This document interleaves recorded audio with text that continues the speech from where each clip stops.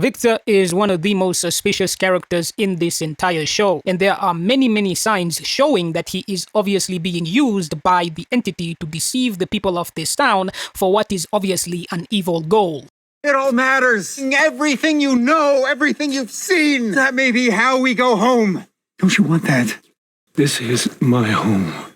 This scene is just one of very many hints given to us by the writers that Victor clearly has a much deeper and stronger connection to Fromland than one would assume from his first appearance. Because I want you to think about what we see in the trailer for Season 4, because in this moment right here, we see Jade being attacked by the monsters. And so we are given conclusive proof of something that we've always known from the very beginning, and that is that the monsters have always had the option and the capability to take out the reincarnations of Jade and Tabitha whenever they want, which is something that we already knew because Victor's mom got bodied by Smiley at the Borrow Tree. And the reason why this has to be pointed out is that it means Victor's role in the game is far more important than the reincarnated parents of the demonic children. And it also means that Victor's role in this game is also superior to Boyd's. This is even more evidence of something that we have always known, and that is that Victor is directly connected to the monsters, which is the only reason they allow him to do whatever he pleases. And his statement that this place is his home directly ties into another very crucial scene that makes it clear Victor's entire existence is something that is allowed by the entity in control of the monsters. And that's obviously because it is very beneficial to the evil side of the town, which is why you need to listen very closely to what I'm about to show you. You were the one who found the talismans. Before you got here, I was burying more people in a week than you'd seen die in the last 2 years. You saved this town, Boyd! What we see in this scene with Father Khatri right here is easily one of the most important scenes in the entire show for us to truly understand why Victor is clearly connected to the Nightwalkers in more ways than you have ever realized. Because what I want you to notice here is that Victor tells Sarah in Season 3 that when he was a child, him and his sister could only play in the houses at daytime because they had to spend the nighttime outside hiding from the Nightwalkers because they did not have any talismans back in those days. The reason why this matters so much is that we know there are almost 30 different Nightwalkers existing in this town, which means that for the last 40 years, Victor has been living in Fromville without any talismans, and there is no reason whatsoever to believe that he has ever been attacked by any of the monsters at any time or in any way. And this is of course one of the most obvious signs that Victor is being used to deceive, lie to, and manipulate the people of this town by the entity in control of the monsters. Because I want you to think about this for a second. Victor literally says that he spent years or possibly decades living completely alone in the town with the boy in white as his only companion. This means that there were almost 30 different Nightwalkers looking for him specifically for years, possibly even decades, and supposedly they were never able to find him. Obviously, this doesn't make any sense whatsoever, because the town literally is not big enough for Victor to escape almost 30 different monsters that are looking for him specifically for 40 years straight. Because Father Khatri literally says that before Boyd found the talismans, he was burying more people in a week than Boyd had seen dying in 2 years after the discovery of the talismans. And this is just even more confirmation of what we already knew, which is that the entity could have sent the Nightwalkers to kill Victor any time in the past 40 years, but he didn't. Instead, he allowed him to live. And the reason why could not be any more obvious, because literally all of the information that Victor gives to the townspeople is beneficial to the monsters and the evil side of the town, something that we conclusively know to be true because of the next scene that I'm about to show you. That boy, one dressed in white, you're saying that he lured you up to the top of a lighthouse and then pushed you out? No, he didn't lure me. I just went there because of the children. Children locked in the tower.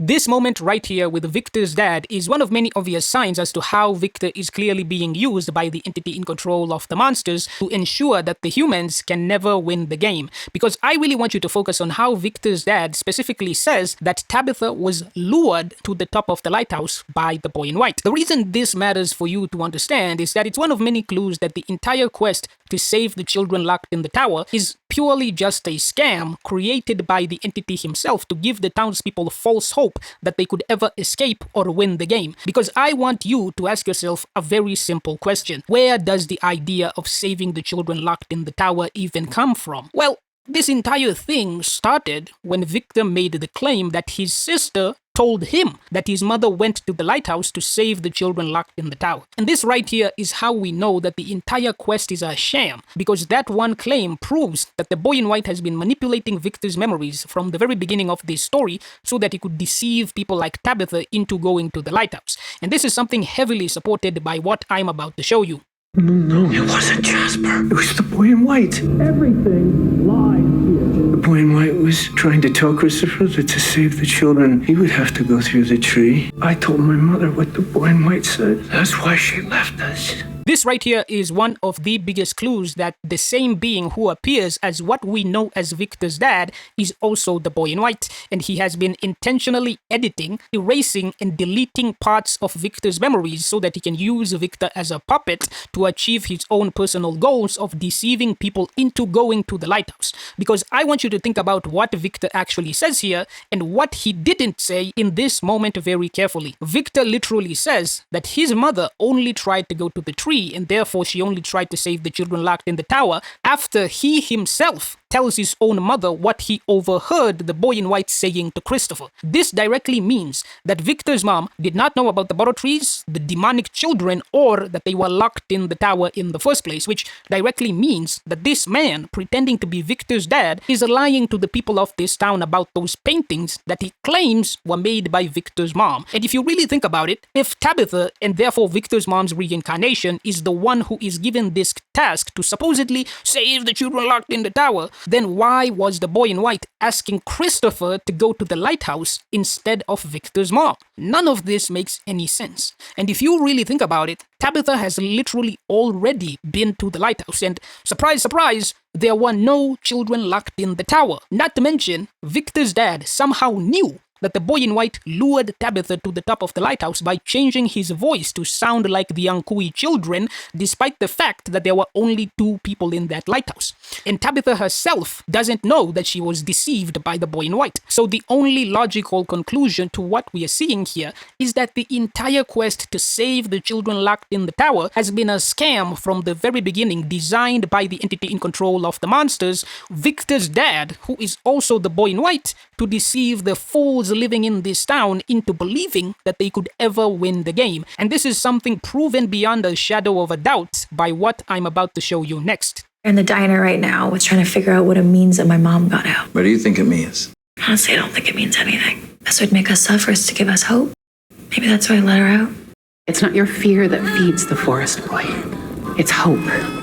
It's very important for us to understand that the entity's entire strategy of deceiving the people of the town into believing that there are children locked in the tower, all of that starts with Victor. He has been regularly manipulating his memories so that he can use him as a pawn to achieve his own personal goals. This explains why Victor believed that it was Jasper the demonic puppet who had been talking to Christopher when it was literally just the boy that entire time. And this also explains why he believes that his sister came back after the massacre to tell him that their mother went to the lighthouse and not that she was going to the lighthouse, even though he himself was the one who told her about the tree that takes people to the lighthouse in the first place. But most importantly, this means that Victor's dad is clearly just the boy in white pretending to be a human being for his own evil goals. Like, Victor was almost 10 years old when he arrives in Fromland, but yet he never mentions his mother was supposedly making borrow trees in their backyard, or the fact that their basement was filled with the paintings of demons supposedly drawn by his mother. And the reason why he never mentions any of these things is because they never happened. All of those paintings were made by the boy in white himself, just like he's probably the same guy who made the cave drawings down in the underground tunnels where the monsters have been sleeping in.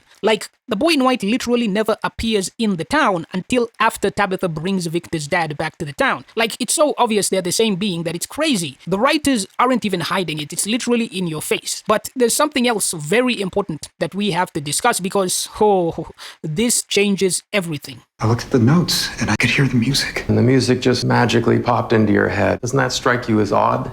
You're on a bus. Where were you going? You ask a lot of questions. I think that was the reason why I was sent there. The little boy in the tower, I think he wanted me to see something, find something. Are you sure he's really Victor's father? What we see here in this scene is absolutely crazy because it really shows you exactly why the entity in control of the monsters is so afraid of Jim Matthews. His ability to see through the illusions created by the evil forces of the town is literally unparalleled in every way. Like, this scene definitely makes you do a double take on the Man in Yellow's statement that he can't allow Jim Matthews to stay alive because of the potential danger of the level of knowledge that he possesses. Because it's possible that right before he died, when he was leaning down by the RV, that Jim Matthews somehow had a realization that Victor's dad is not actually who he says he is. Perhaps he saw some sort of flaw in his illusion, and it could be that this is the reason why he was taken out. But I also have to say that if Jim Matthews does not come back to life, then I literally do not see a point to Jim's character or why he was in the show in the first place. Because Jim Matthews did not do anything worth the practically main character level of screen time that he was given by the writers of this show.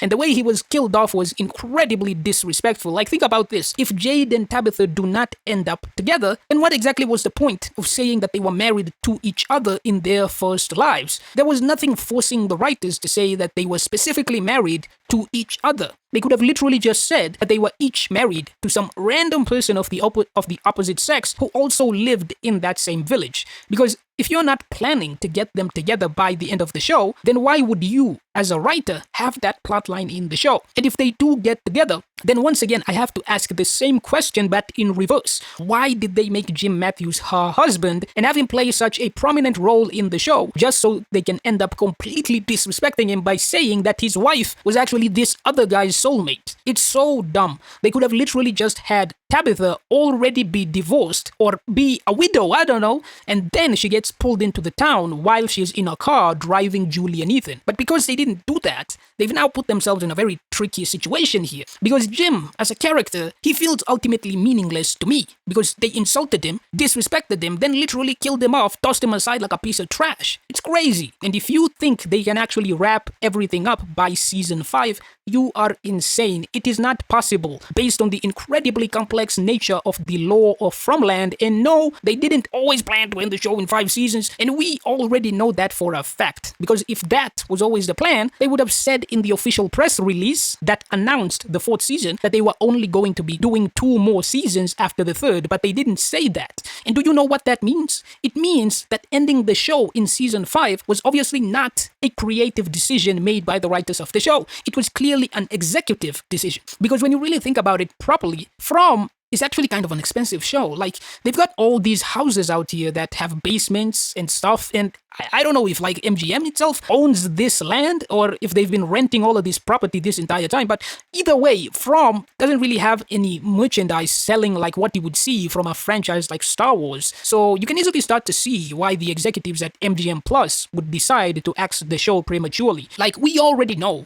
the ending of this show is going to be rushed to high heaven. Because think about this for a second. Do you actually believe that they went into the production of the 4th season knowing it would be the second last in the show and didn't make the announcement saying that? Obviously not. The reason why this matters is that it means they didn't write season 4 knowing that it would be the second last. And it's very easy to tell because just look at when the announcement for season 5 came out. It came out of nowhere, literally right before season 4 episode 1 even came out. So it's clear that the executives just ambushed the writers like a month ago and started telling them out of nowhere that they needed to wrap this shit up by the 5th season. Like, do you actually think it's possible for them to explain the old man in the dungeon, who chained him up in the first place, the cicadas, the ballerina, the music box, the Civil War soldier, the voices speaking to Sarah, the voice pretending to be Abby that spoke to Sarah, what dragged Boyd's tent into the woods, where did the horn that blew when Boyd was in the tent come from, where did the lighthouse come from, where do the talismans come from, where do the dogs come from, are the dogs human or demons or whatever, why do the voices only speak to some people like Sarah but not everyone, why could Sarah see and hear the music box at the ruins but no one else could, who is the boy in white and where did he come from, who is the being pretending to be Father Cartry, and is he the same being who appears as fake Abby and fake Tom the bartender, where does the electricity and the water from the plumbing in the town come from? If the phenomena started in the 1500s,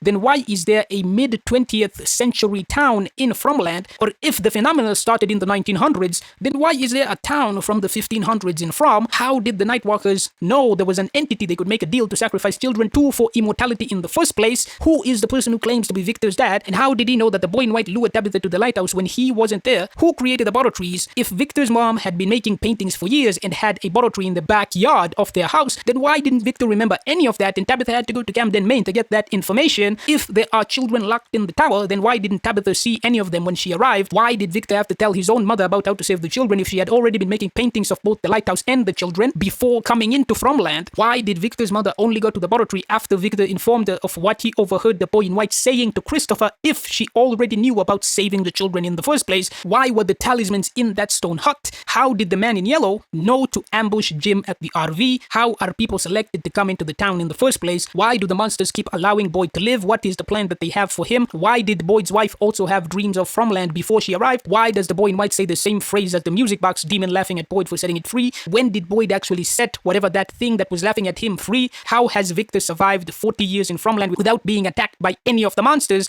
And of course, how did the entity impregnate Fatima with the demon when she was pregnant before Smiley died in the first place? Whew, oh boy. So we already know that the ending is going to be a massive disappointment. It just is not possible for them to give us all of these answers in less than 20 episodes, especially because we already know they obviously didn't go into the 4th season knowing it would be the second last. All this to say that I actually feel bad for John Griffin, the creator of this show, because it's clear that they suddenly sprung this up instead of, telling him after he made season 3 that he needed to wrap this shit up in less than 2 seasons. So unless they magically give him like 24 episodes for season 5, he's going to have to answer all of these questions in 10 episodes. That is crazy. And that obviously is not going to happen. So keep your expectations low. Like, if you thought there was still time for Ellis or Marielle to be developed into non-useless characters, I don't think it's possible because of the rushed ending that we're obviously going to get. And my advice to the writers for this show about the ending: please, for God's sake, do not subvert expectations like Game of Thrones and Disney Star Wars. Keep yourself humble. Do not make the same mistake that those fools who were writing the garbage that was the last season of Game of Thrones ended up making. You have created very specific expectations. Make sure to fulfill them. Like, literally nobody in this entire community wants to see Bacta, the driver of the bus, jumping out of some bushes with a tiny little dagger and just happening to stab the entity in the back, and then poof, the Nightwalkers completely turn into dust and the illusion of Fromville disappears and we are magically transported back to the normal human world. Nobody wants to see that. Nobody wants to see that. There is an expectation for actions like that to be done by specific characters. So do not subvert expectations here. And it's obvious to anybody who's been paying attention that From needs to have at least 6 seasons for them to be able to answer most of these mysteries with any sort of reasonable pace. Like, this is literally the greatest show to have ever been created in the genre of mystery. Obviously not in character development or anything like that. I mean, the horror is pretty good. The horror is pretty good. But the mystery, now that is what sets From apart from any other show that's ever existed. And it's crazy because the greatest mystery show to have ever been created is going to get a rushed ending. What a bunch of bullshit. And something else we need to talk about is there's actually a lot of evidence that there's more than one Boyd and White in the show. So go watch this video right here to see my explanation of the insane amount of evidence that Victor's dad, the boy in white, could literally have a twin brother.